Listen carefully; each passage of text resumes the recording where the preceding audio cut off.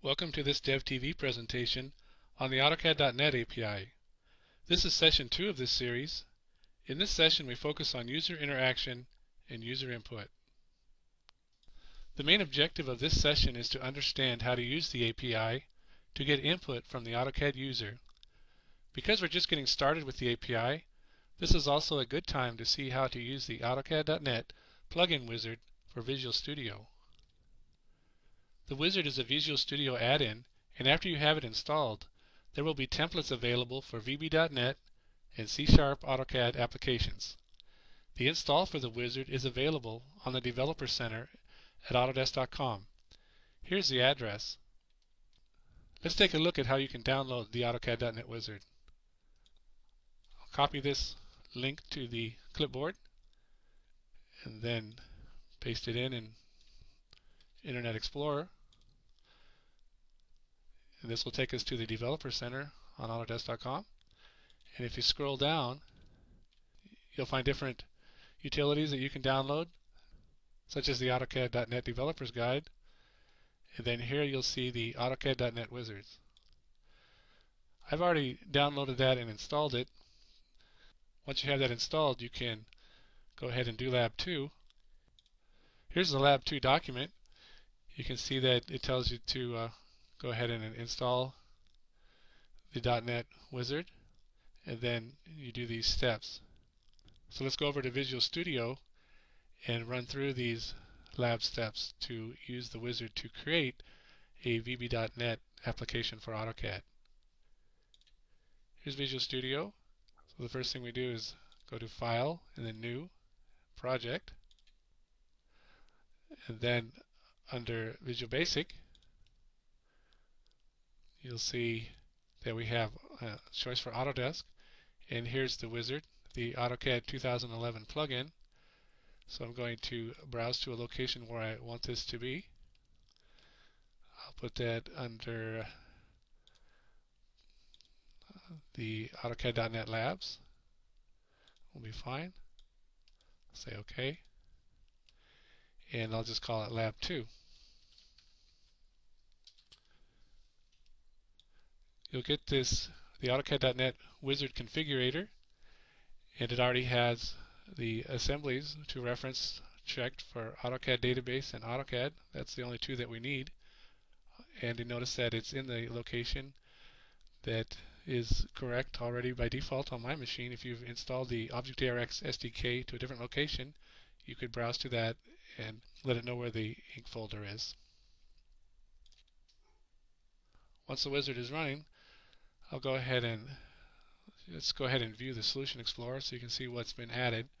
There's a couple of VB modules that were added, my commands.vb and my plugin VB.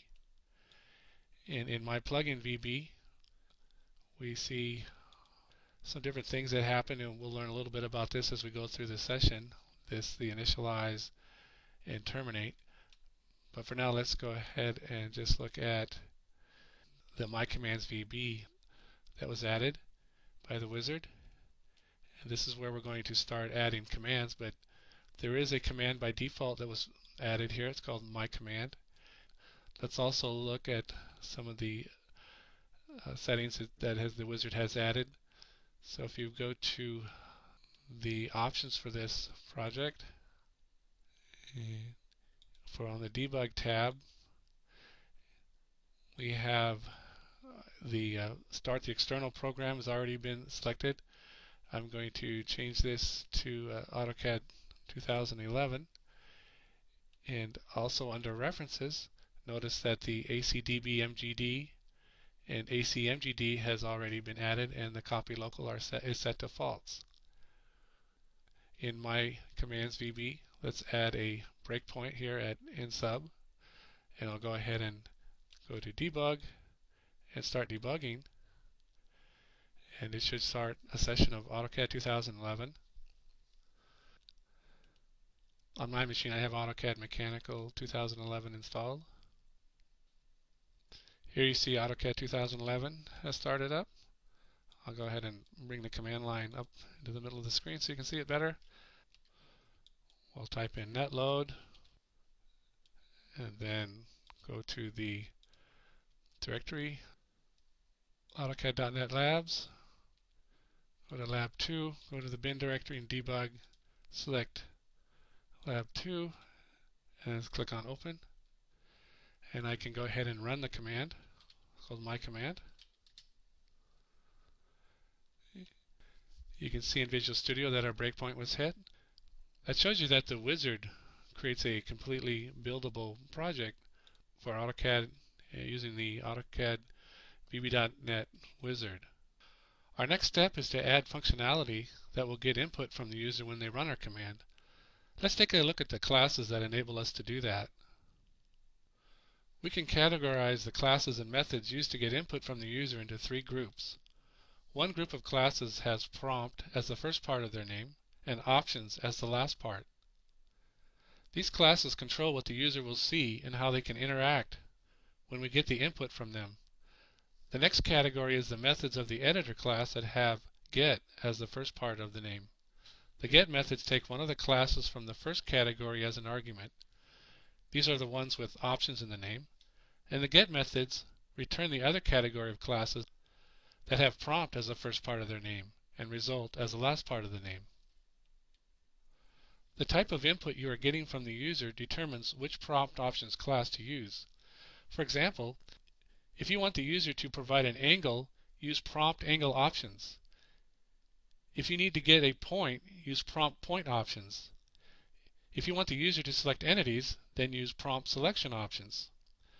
This list gives you an idea of the available classes for the prompt options. The properties of the prompt options classes are what enable you to control the way the get function will work. The message property is the text the user will see on the command line. Keywords enable the user to select from a list of options.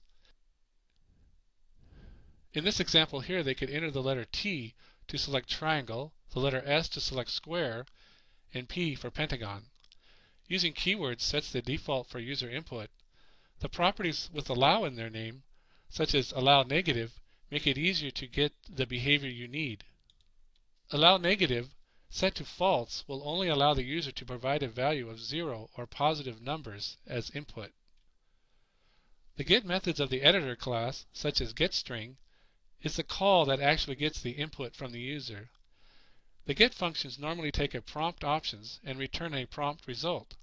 In this code snippet, a prompt keyword options is created with the new keyword. The constructor takes two arguments, both are strings.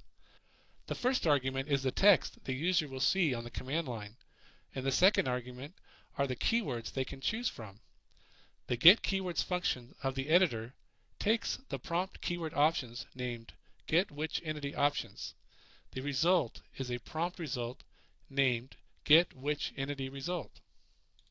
As we have seen in the previous slides, a prompt result or a class derived from it, such as prompt double result, is returned from the get functions. You can make sure the get function was successful by testing the status property and see if it equals prompt status OK. The prompt result will also have a property that returns the value that was selected by the user. In this example, we use the string result property. Now that we have an idea of how to get input from the user, let's go ahead and work through the steps in Lab 2. Okay, here we are in Lab 2 that we created earlier. We need to go ahead and get the rest of the steps and paste them in here. We'll put them right here. This is the Lab 2 document, and you'll see that there are these 19 steps that are available in this document.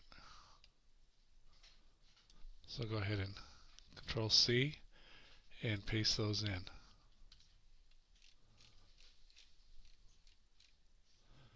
So the first step is to add a command named add an int. So we'll use the command method attribute, and you need as a string for the command name. We'll call this add an int. We need a procedure that will run when this command is typed in on the command line.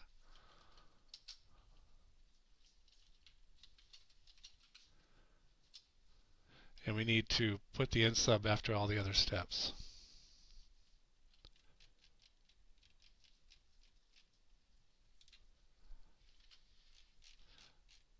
take a look at step 2. We need to declare a editor variable named ed and get that instantiated. So it will be the editor class. It's the application, document manager, MDI active document, editor. Now we can use that editor, but first we need to create a prompt keyword options. So let's go ahead and do that. We'll call this get which entity options.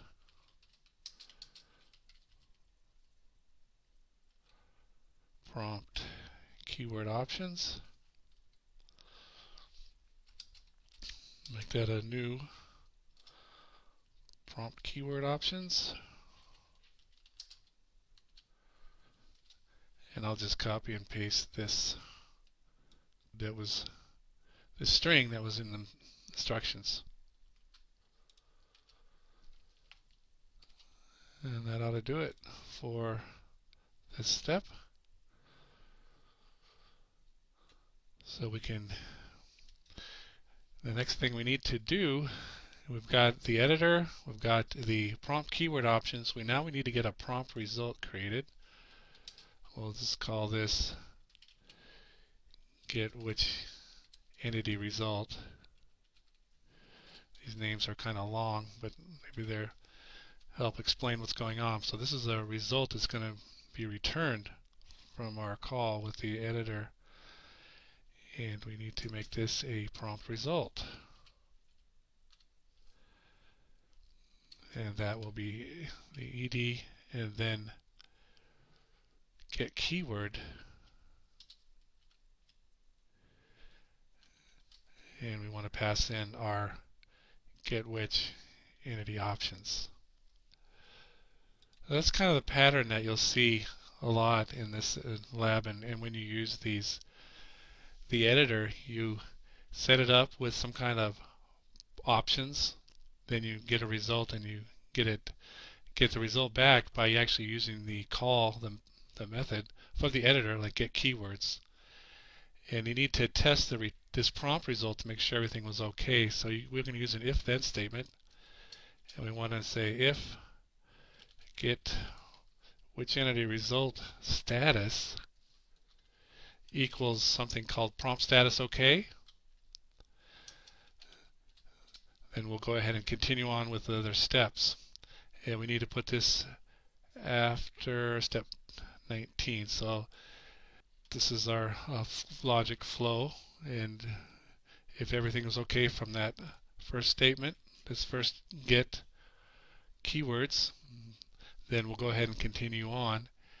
And in step 6, you can see that the prompt status was okay. So we're going to use a select case because it's going to be either a block or circle that the user had responded with. So we'll go ahead and do that. We'll use the select case. And we can use that result, the prompt result, but we're not using the status, of course. We've already checked that, so we're going to use the string result, and this will either be a circle or block. And we need to put the end select after step 19. Let's do that now.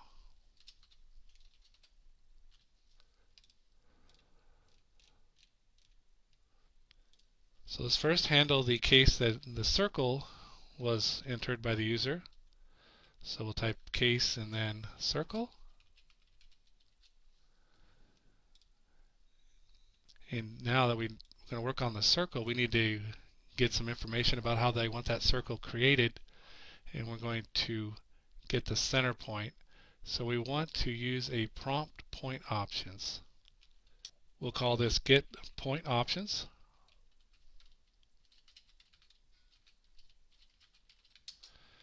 And that's a prompt point options class. And that will be a new prompt point options. And we'll have the user, we'll tell the user to pick the center point.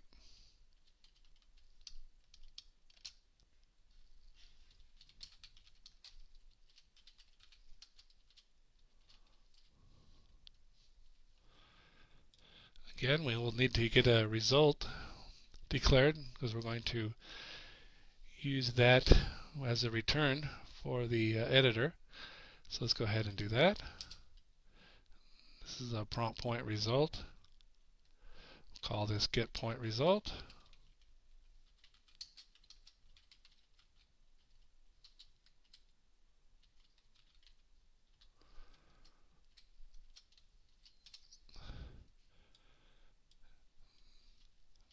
This is the editor, get point, and we pass in our get point options. So again, we'll need to test to make sure that the get point result is okay. So let's go ahead and we'll do that now. If get point result status is equal to prompt status OK, then we'll do the additional steps, the steps 11 through 14. Let's move this down to before step 15 when we start working on the block. So we have the center of this circle. Now we want to try to get the radius. Let's use a prompt distance options, and we'll call this get radius options.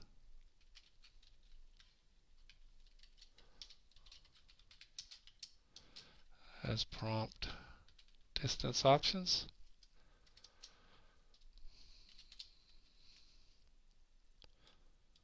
That'll be a new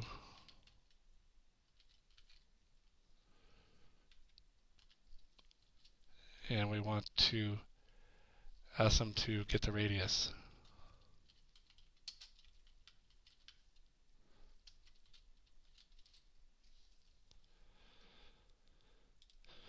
So this is a little more involved now because we're going to get a distance, but we want to measure it from a certain point, so we can use that point that we got above when we use the get point.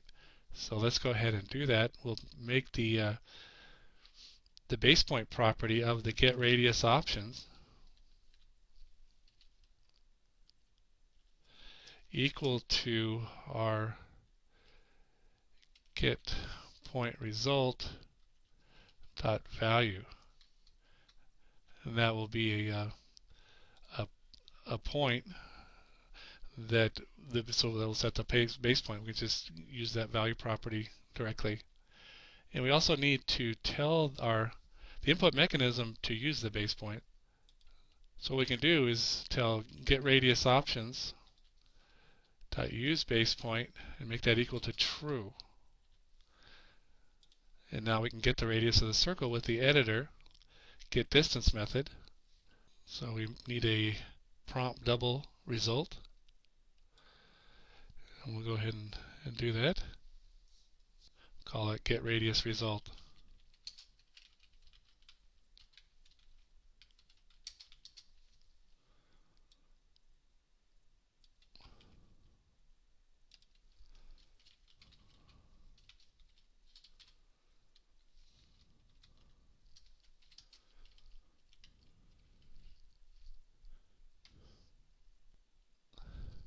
So we use the get distance, and we pass in our get radius option. And that's all we need to do so far to get some information about creating a circle. So we have the base point and the radius, and we'll use that in Lab 3 when we enhance this to actually create some geometry. But right now we're just trying to get the information from the user. Let's go ahead and run this now just to see how it works, and then we'll add the information for the block. So I'm going to go to debug and start debugging.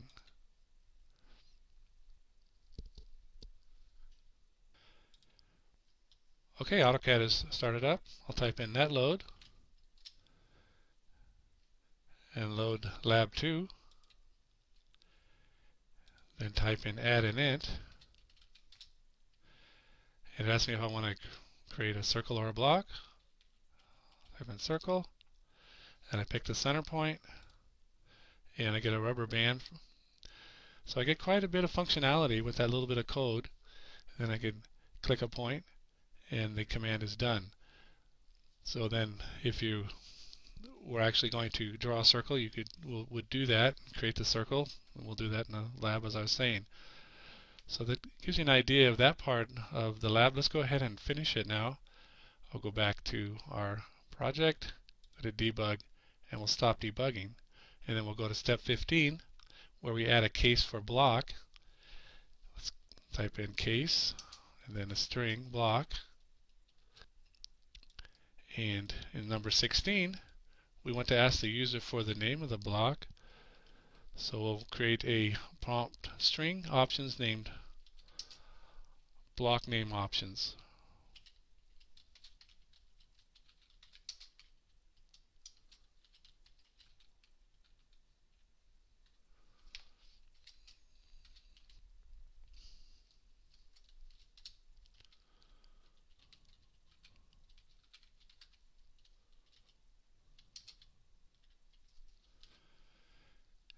And we want to have them enter the name of the block.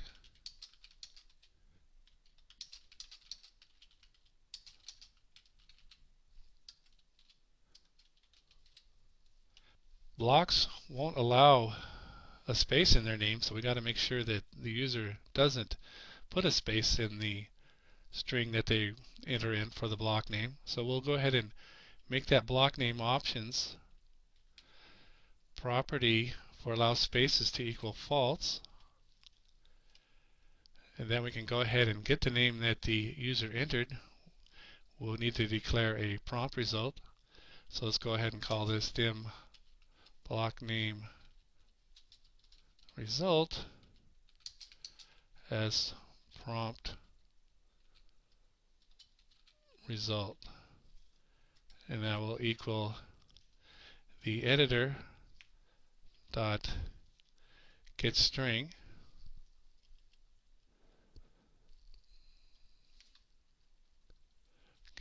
here, and then we pass in our block name options to control the way the getString method is going to work.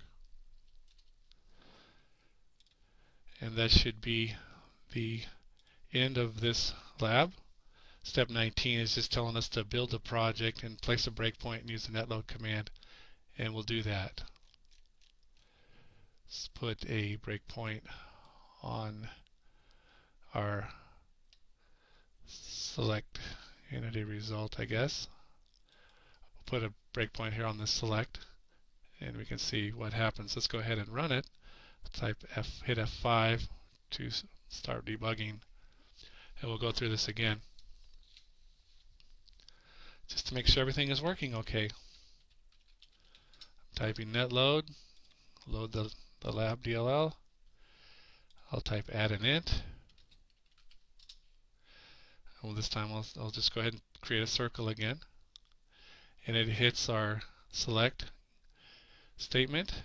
If we go to debug and go to step over, we see that it's going to case circle, and we'll just continue to step through,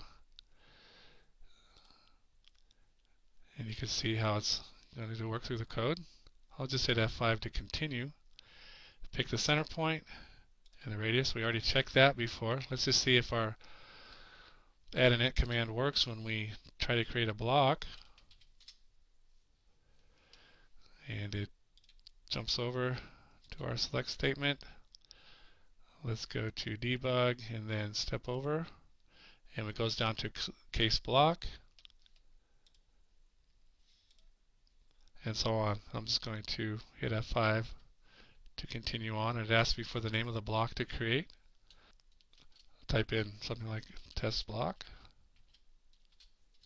and hit enter. So everything seemed to be working fine, and that's the steps for Lab 2. Thank you for watching this DevTV presentation, and good luck with your efforts on Lab 2.